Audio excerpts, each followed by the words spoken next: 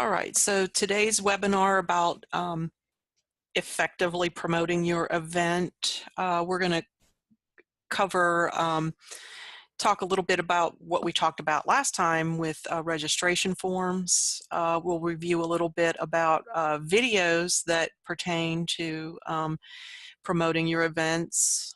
I'll show you how to use Flyer, which I think is more of a review. I think we've done that before also. And then we'll go into the extension calendar, and I'll show you some of the important points of creating an event, and how to use things like the flyer or the registration form and how to put those on to your event entry so that it'll show up on the calendar.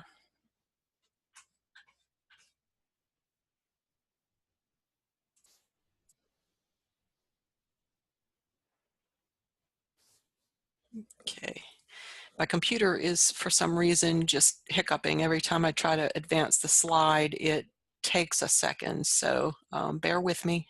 Be patient. I'm trying. So with the registration forms, remember that it's okay to use PDFs, but the browsers like Firefox and Chrome, Microsoft Edge kinda supports PDF forms, but you can't tell what browsers anyone's using. So in general,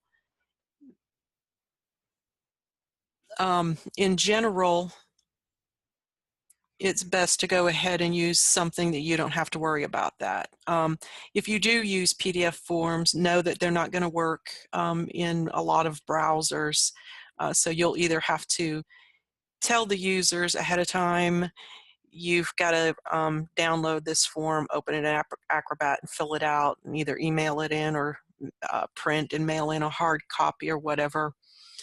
And you've got to be sure to create clear instructions for downloading and submitting those PDF forms.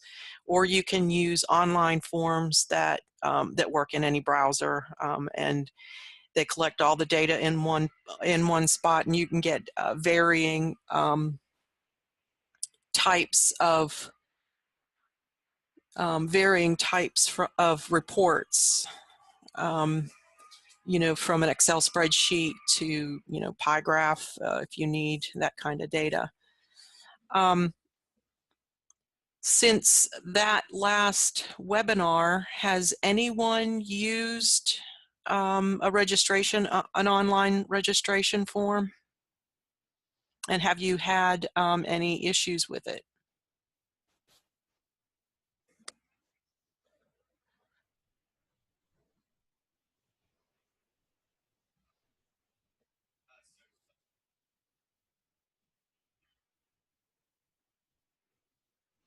And I see some of you are having connection issues. And Mary Beth, is that gray box on the bottom?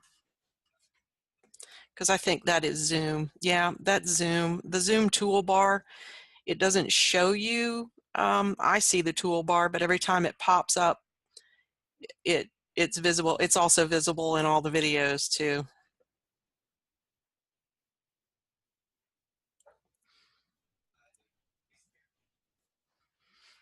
Okay, yeah, back to my question. Has anyone, oh,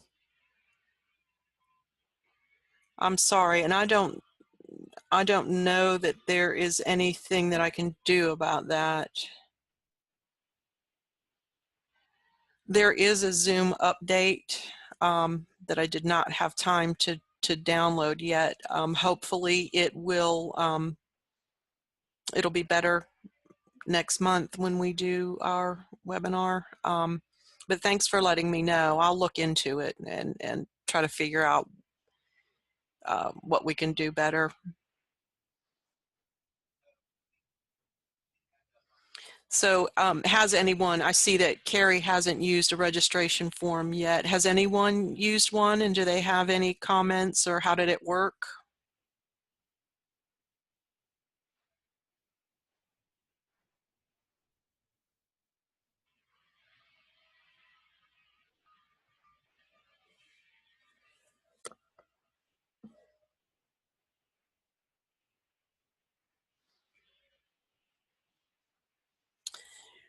And that's okay if you haven't had to use it yet.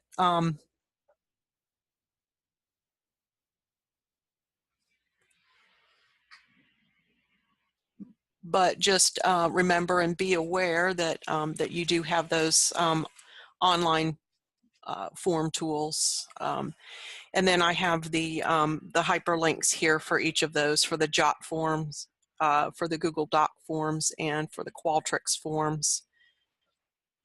So I included those are live links for you to get to those websites. Next, if you're using video, you can use video on your website, of course, and if your video is promoting an event, which is what we're talking about, and it's a good idea,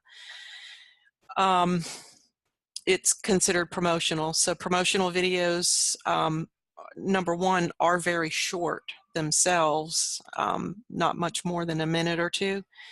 They also have a short term shelf life, so if you're promoting an event that's happening next week, but once the event comes and goes,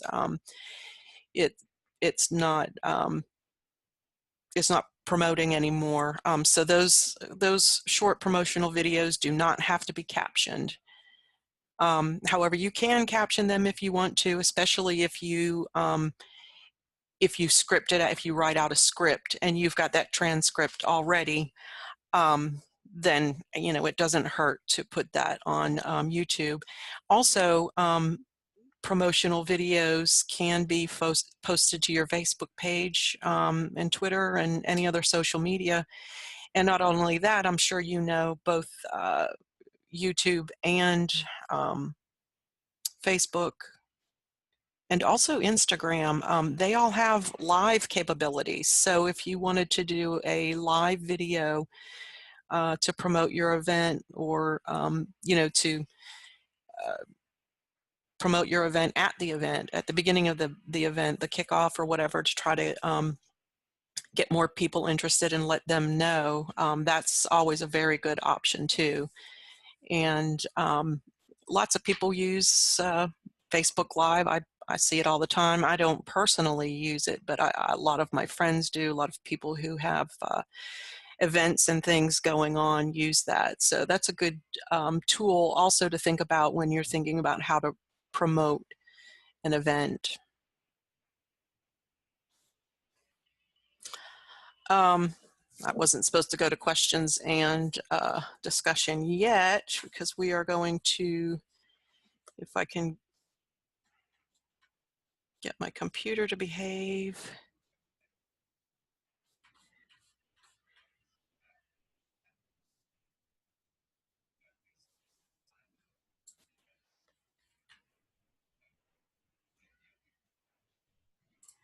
We'll go here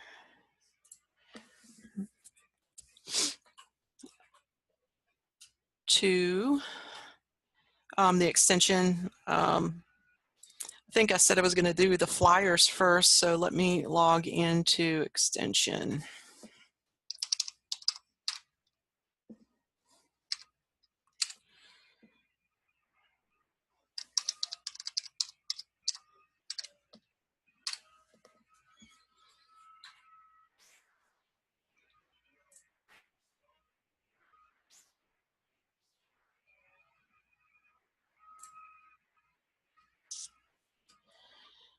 We'll pretend we have an event, summer camp. We'll just edit this page, which is basically just a bunch of photos and stuff that I was using for some training demos. And I'm just going to delete all this off of here.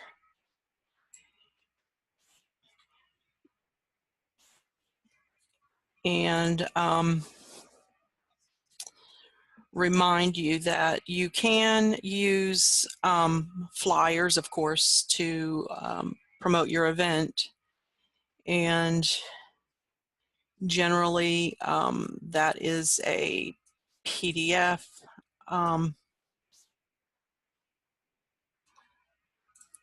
However, occasionally I do see, and I have seen online, someone using the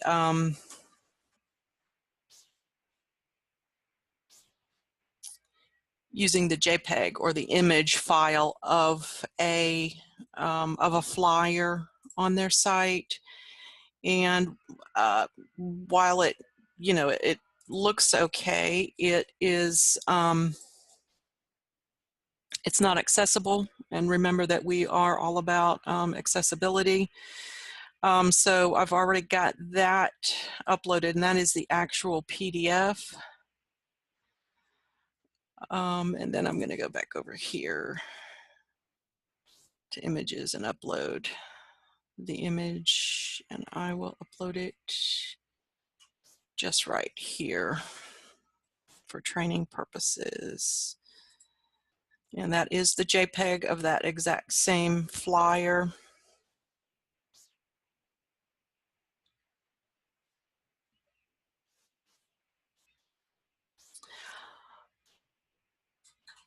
You'll remember that if you use an image of a flyer, you have got to, of course, resize it. So yes, you can read that and it looks good, but this is not accessible. So anybody who has a disability will not be able to do anything with that image. So what we've got to do is use a combination of rich text so that all of the text on this flyer is actually on the site.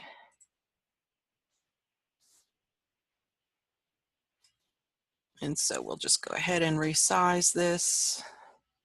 Don't forget that you can only resize the photos in Firefox, so that this is more of a thumbnail of the flyer. And then we can also hyperlink it to the actual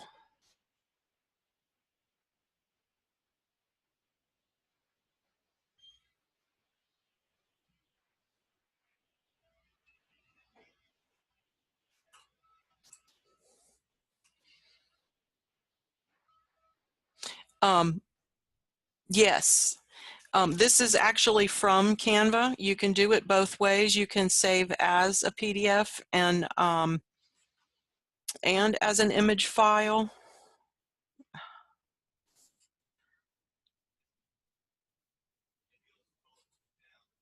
There we go. And this is, okay, so that's the image, and this will not load. This is my document. So you can use both. I mean, if you really want that image to be on your site rather than just a link to the PDF, you can download both versions, download the image version. But if you do that, you've got to link to the, and it's not going to let me drag it there.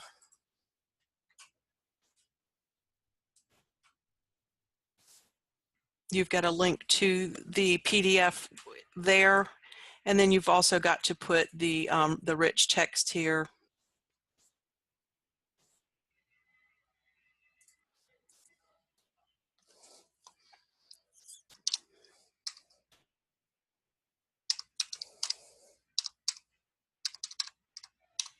And this is just a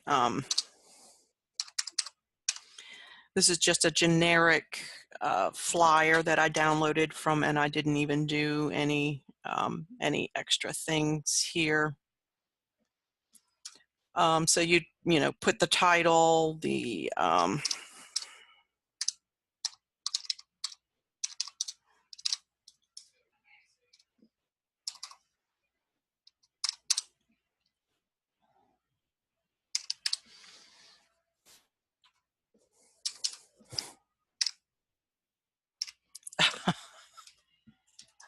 I'm just having a heck of a time here typing. Anyway, you get the idea, and then we would probably do a little bit of styling here.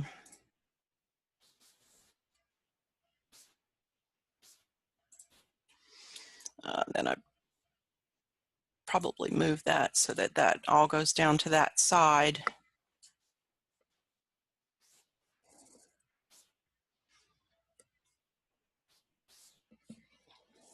Sorry about that. And all of this information that is here.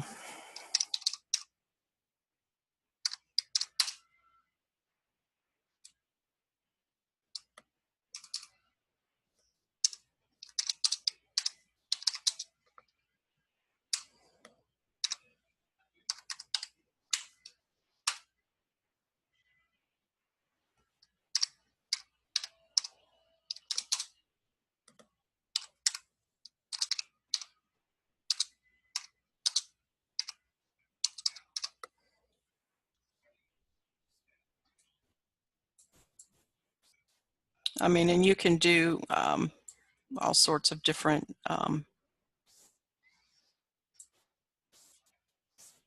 sizes of text using the formatting.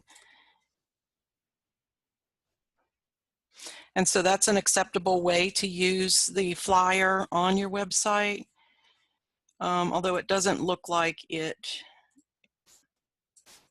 apparently it doesn't like to make the image linkable. So of course, one way to do that is to do the columns and put the image in one column and then all of this information in the other, or you can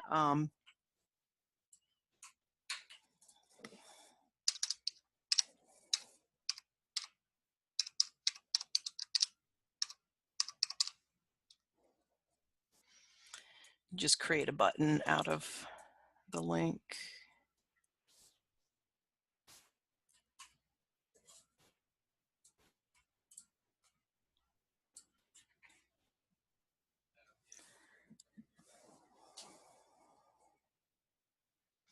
And I love Canva. How many people use Canva?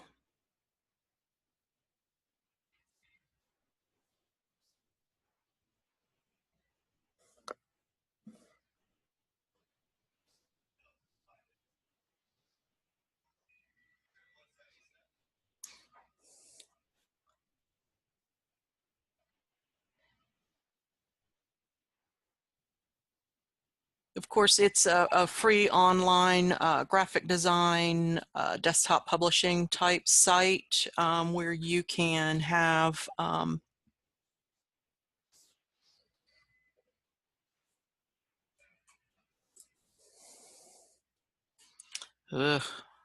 in again.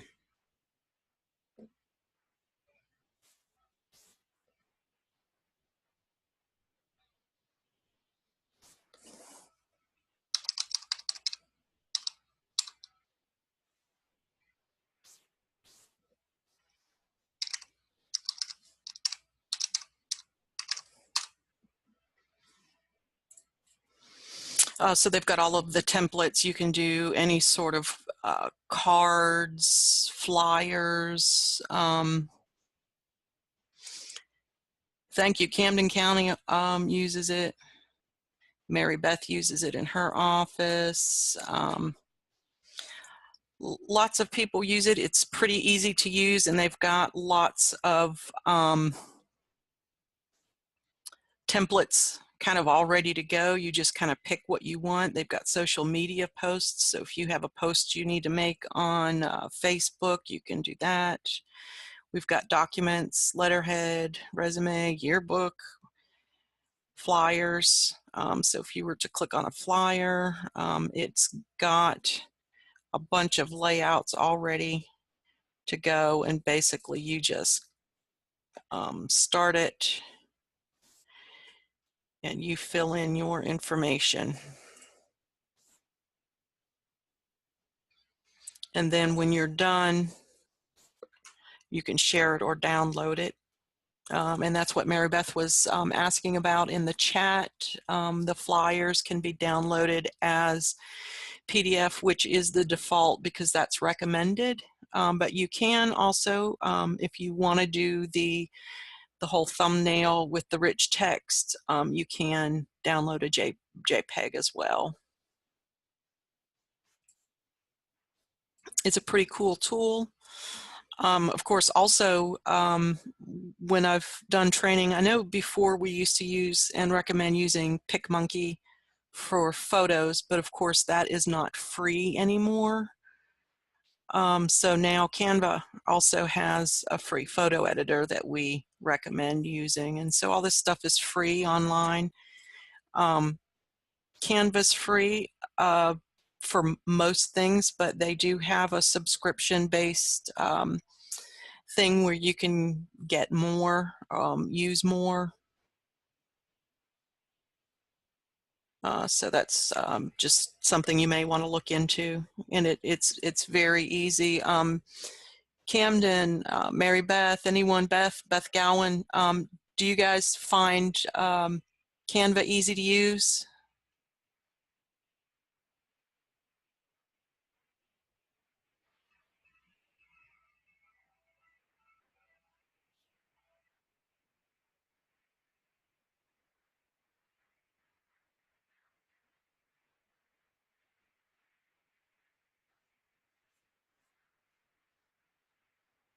I've used it some.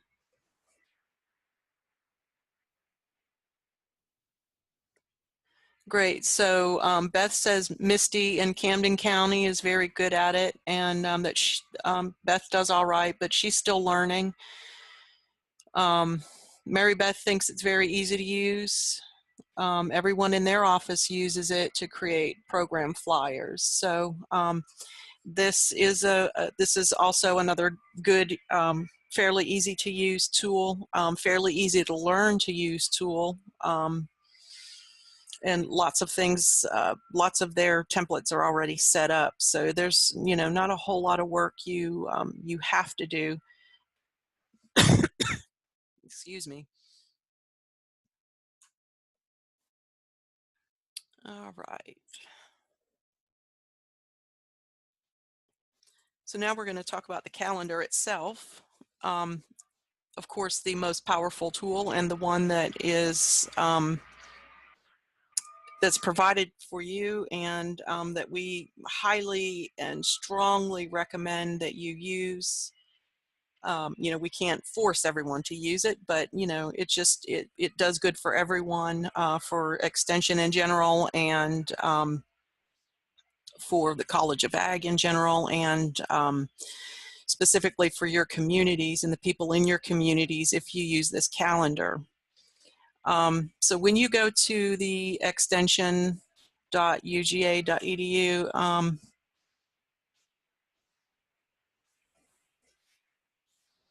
you're going to notice that the upcoming events here, there's no filter. We haven't set a county preference. That's one thing that if you haven't done already, or if you have someone in your community that goes, or you send them to the extension website, tell them to set their county preference. This upcoming events that links to the main calendar shows only the top 4 statewide events, so there's no filter or anything. By choosing your county preference, and you can choose from the list, you can that's essentially putting a filter on it, and it's going to filter out all of the other. I don't see Clark County on there. Am I missing it? It's under Athens, Clark County. Athens, Clark County. Thank you, Robbie.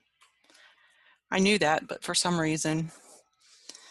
All right, so we'll just pick Athens, Clark County because that's where I am. And I don't know if you saw that drop-down list or not. I have this weird Zoom box that says, please move away from this window. And I don't know if you can see that on your end, but so once you do that, you can save your county preference. And so now, anytime your user comes to the extension website, it's going to show the local and statewide events. So it's going to also pull in your county specific events.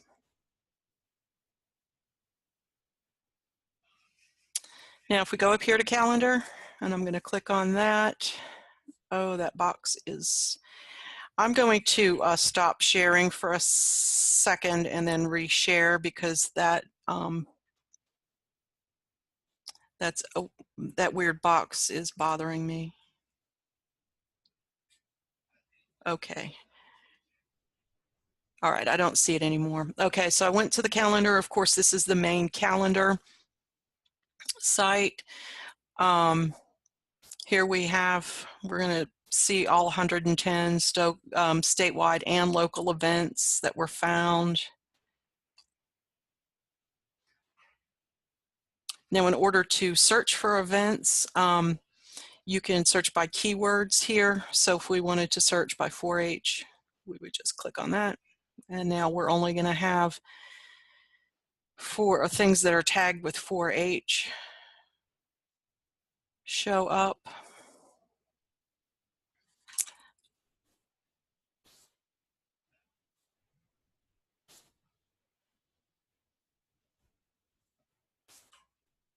And I'm going to click back on the calendar to go back out to get rid of that filter. And then the other thing that you can do is search by specific trainings. And so these are the specific trainings and series that we have set up. So if you have a Georgia Master Gardener, well, there are no events coming up. So that's just real basically how you search the calendar to see your events. While you're on this page, you will go here to add an event. And so we're going to click on here and add an event. And this is going to take you, of course, to no, am I right, Robbie? You can only select one county at a time. Yeah, right. It doesn't. You come out for the preference? Yes. Mm-hmm. Yeah, just one county. Yeah, just one county at a time, Teresa. So you can, and you can always, if we go, let me go back here. If you needed to, because I guess several of you cover more than one county, so you would just click on that box again and then change and remove. So you can just select a different county. But yes, unfortunately, they cannot, you can't have more than one selected at one time, so you'll just have to go back and forth.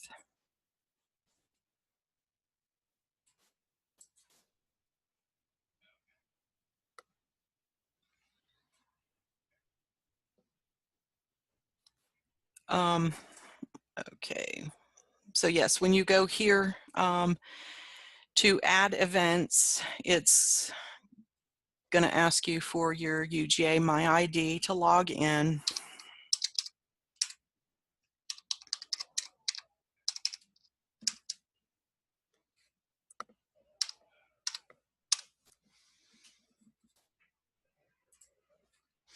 And basically here you would see events that you've added, which I haven't.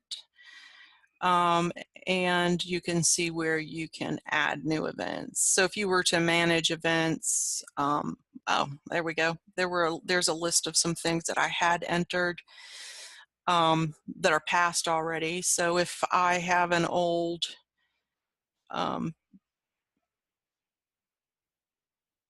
event that happens yearly and I don't want to enter everything again, I can duplicate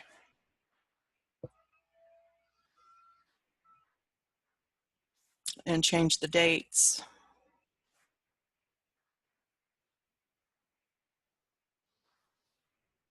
And any other information, probably the only thing that would need to change were the dates. If you do that, if you duplicate an event, and then of course at the end you want to submit the event. And don't forget the approving administrator. For me, because this is a test, it's OIT for me, but you can see here who is in charge of your area, your district, to approve those events. And normally they don't take very long to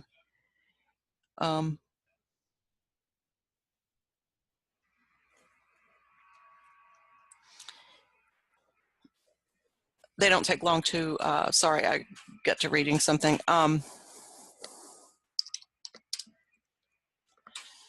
Anyway, they don't take long to approve those and for them to be on the calendar. So you can click if you're duplicating an event that's already been set up and you change the dates and everything. When you're done, then you can go back. You'll be back here to home. And then if you want to add a brand new event, we're going to add event. And then the first question is this event at a physical location, an online location, or a single address and online? So we'll just, for this particular demonstration, we're going to pick physical location. And then here you tell how long it is. Is it a single day or is it consecutive days? Like an expo or like camp or conference. And you choose something there. And then here, give it a title, of course, that is description. Be very as descriptive as you can in the description. And one of the most important things, especially in being able to see things on the main calendar and when you're using your events list in AEM, is the topics or the training series that you choose. If it's not part of a series, any of these series that you see here, you don't have to worry about that. That is not, that's not a mandatory selection there. This is, though, the event topics. So each one of these has a drop down, and you choose whatever topic best describes it. And then when you, of course, are over here in AEM,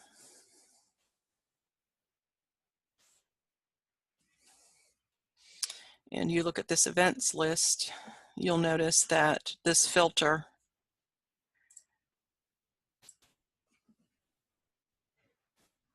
is the list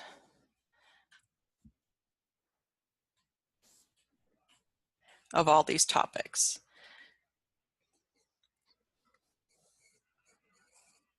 So when you choose what topic it is, you can add additional descriptive info, descriptive website. You can copy and paste the URL right there and the name of the website. Any sort of like brochures, promotional materials, like if you did a video that you wanted to, a promotional video, short promotional video, you can put that link here and it'll show up and the name of the site. For the attachments, you can do the brochures like your PDFs. You can put those right here. Those PDF flyers that we talked about, and then of course put the name there. Then of course you have to do the dates. This display event starting on, this is when it's actually going to show up on the calendar. So if your event is in September of next year, I mean, you can put that you want it to start showing up today. If it's next week, November 15th, you want it to start before that. So be sure you give yourself enough leeway so that it shows up on the calendar. I'd say probably any questions or confusion I get about the calendar has to do with this display event starting on date and that a lot of times people put the actual date of the event on here, and then when they can't see it on the calendar, they can't figure out why. But that's it. This is just this line, this gray line, is for the actual event, and this is the when you're starting to promote it. So, and then of course if you've got additional date information, so like if you've got a conference schedule or something, that would be a good place to put that there, or itinerary or whatever. Then the event location, since we said this is at a physical address, we have to put in an address, buildings and everything. And then here, the county office host, just choose your county. And then again, you can have additional location information, and that would be like driving directions or whatever. Or if there are special parking rules, or a map to the parking deck or whatever would go here. And then also the event scope. This of course is required. So you can choose whether you want it to be county only, or if you want it to be open to, everyone statewide, regional, multi-county. And that's the mile radius. So if you look back here, there we go. It shows the county that it's in, or the city that it's in, and it shows how far away it is from you. And I know Jarrett County is a made-up county, but Forsyth is only 27 miles away from wherever Jarrett County is. So.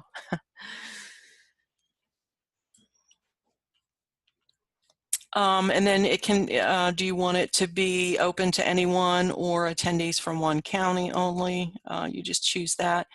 And then if you want it to show on the master calendar, you just leave that, or you can hide it from the master calendar.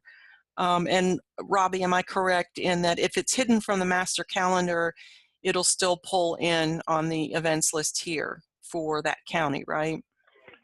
Correct. For the county site, and also on the main site, if the county, if you have that county preference selected. But if you don't, if you have a different county preference selected or no county preference, it won't show up. Okay. Yep. Thank you, Robbie.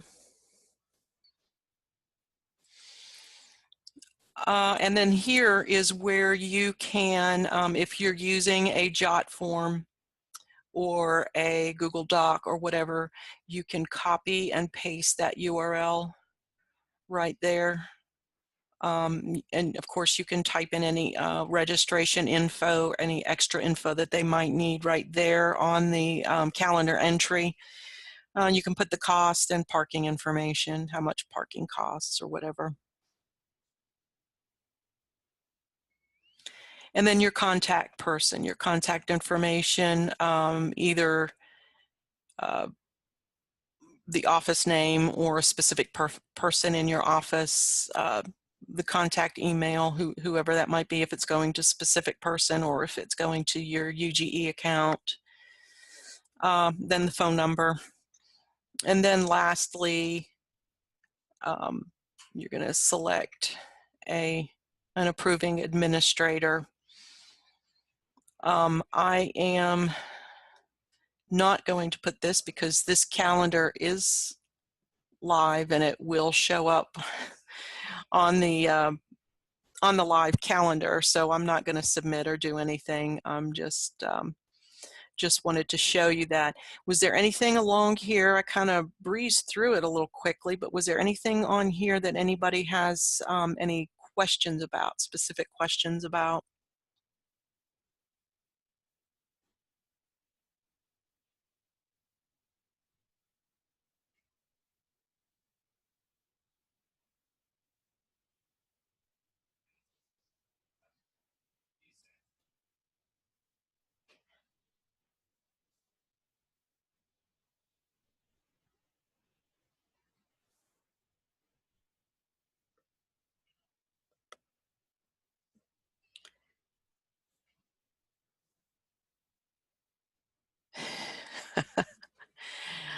Oh boy. Robbie's making jokes.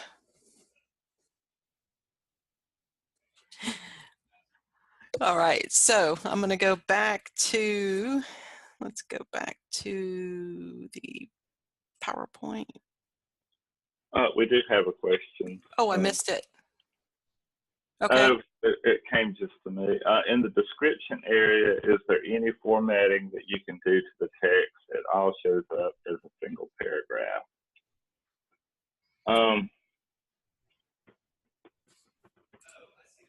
Yeah, it is just straight text with no special formatting. So it won't take HTML formatting or anything either. Right, right.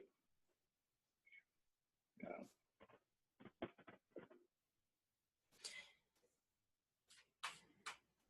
Were there any other questions?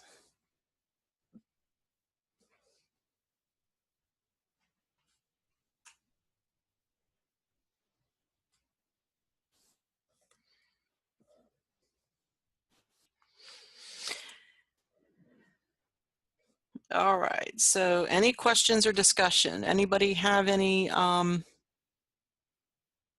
tips, anything that you learned the hard way that you would care to share with anyone?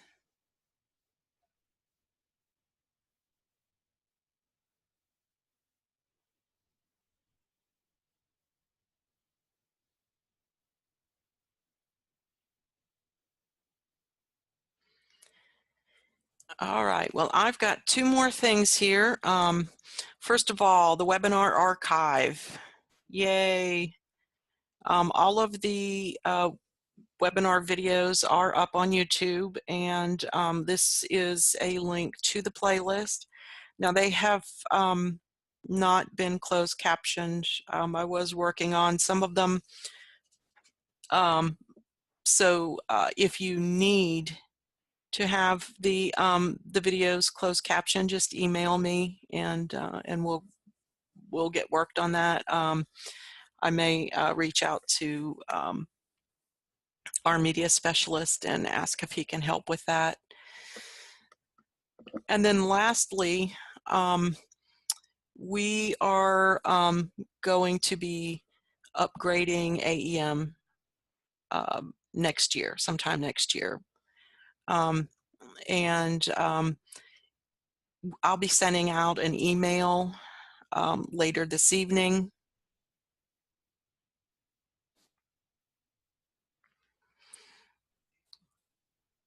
I'll be emailing that later this evening. That'll tell you a little bit more about what's going on, but we're going to be developing new training for this upgrade. And so basically, my background is in instructional design and development, and one of the things that we do first is try to get to know our learner audience, and that would be you, the content managers. And so the way that I do that is to have a survey or a learner audience assessment. And basically it's a bunch of questions about how you learn, what you like to learn, or how you like to learn, and that kind of thing. So this is a link to that survey, and it's going to be open until October 26th. So if you want to get online and do this survey before before the email comes out, you're certainly welcome to do it. But I would strongly urge you to complete the survey, because it'll, your answers and what you want and need will impact how we develop the training and what we develop based on what your specific learning needs are. So so please either use this link. I'll send out I will send out the PowerPoints this afternoon, and those links are all in the PowerPoints. they're not accessible through through Zoom right now. You can't click on them, but they will be when I send you the PowerPoint files.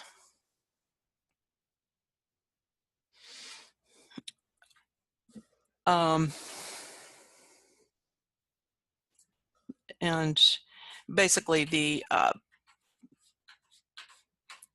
webinar archive is very long, so that's why I just put click here for the playlist. But it is a link, and like I said, it will be clickable in the PowerPoint, and I'm going to send that to you this afternoon. So, and if for some reason you don't get it this afternoon, which it should come straight through your email through the training system since you're on the roster.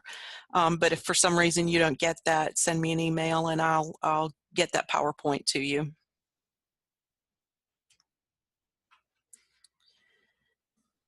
Anybody have any questions?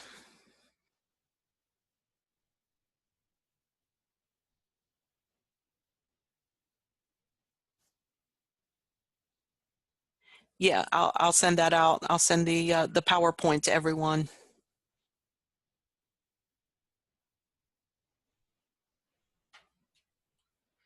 Well, if nobody has anything, any questions or comments, thank you, Beth. Then I'll go ahead and dismiss. I'll stay, Robbie and I will stay on the line here for a few minutes. So if you've got any questions and want to hang back, feel free to, but otherwise, thank you all for participating in our webinar, and we'll see you next month.